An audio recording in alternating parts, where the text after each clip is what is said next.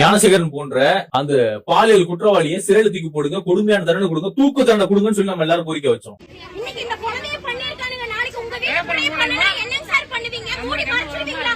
இன்னைக்கு அது மாதிரி சம்பவம் தொடரக்கூடாதுன்னு சொல்லி தான் நம்ம மாற்றத்தை நோக்கி இன்னைக்கு இந்த ஆளுக்கு ஓட்டு போட்டு உட்கார வச்சா. இன்னைக்கு இந்த ஆளோட வேலை என்ன தெரியுமா?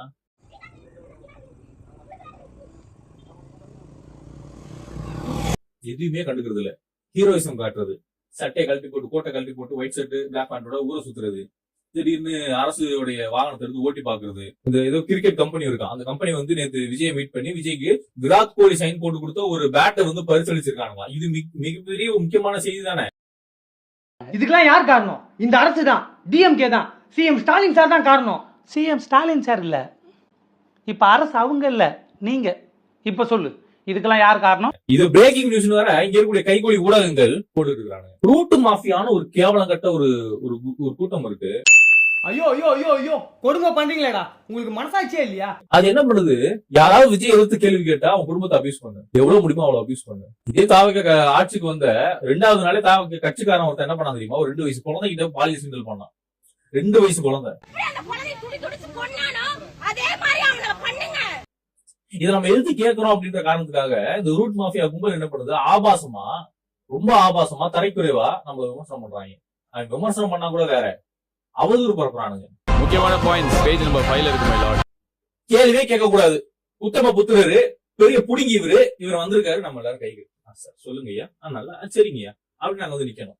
உங்க நடவடிக்கை எல்லாமே இன்னைக்கு மீம் கண்டென்ட்டா மாறிடுச்சு. இருக்கக்கூடிய மாவட்ட செயலாளர் ஒவ்வொருத்தரும், தாவைக்கால இருக்கக்கூடிய ஒவ்வொருத்தரும் அரசுடைய அலுவலகத்துல போய் அத்துமீறி ஆய்வு நடத்துற பேர்ல அடாவடித்தனம் பண்றானுங்க.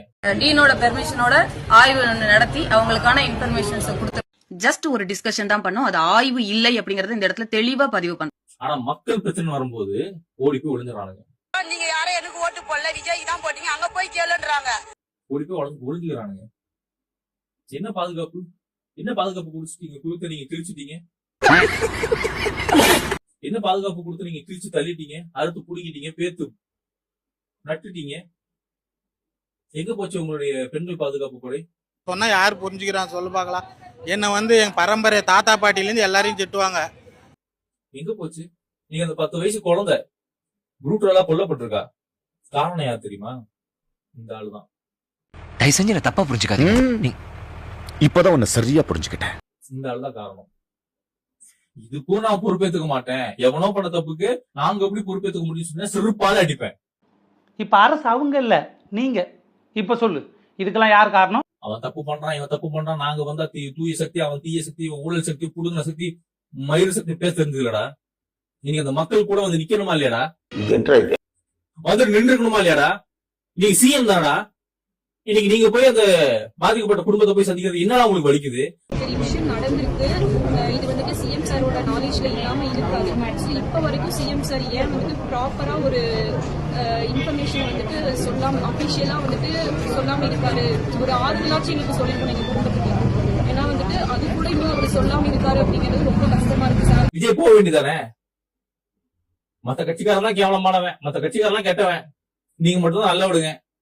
எனக்கு எப்படி சொல்றேனே தெரியலண்ணா, ஒரு மாதிரியா நாருதுண்ணா, முட்டியில. பாலா நீ தான் அட்ஜஸ்ட் பண்ணிக்கணும். இதுக்கெல்லாம் எப்படி அட்ஜஸ்ட் பண்ண முடியும்? போன ஆட்சியில ஒண்ணுக்கு மஞ்சளா வந்தா கூட அதுக்கு திமுக தான் காரணம்னு உருண்டுகிட்டு இருந்தவனுங்க இப்ப சட்டம் ஒழுங்கு சந்தி சிரிக்குது. ஆனா வாயில அழகு குத்துன மாதிரி வாயை திறக்க மாட்டானுங்க. அந்த ஒருத்தர் சிரிப்பார்ல,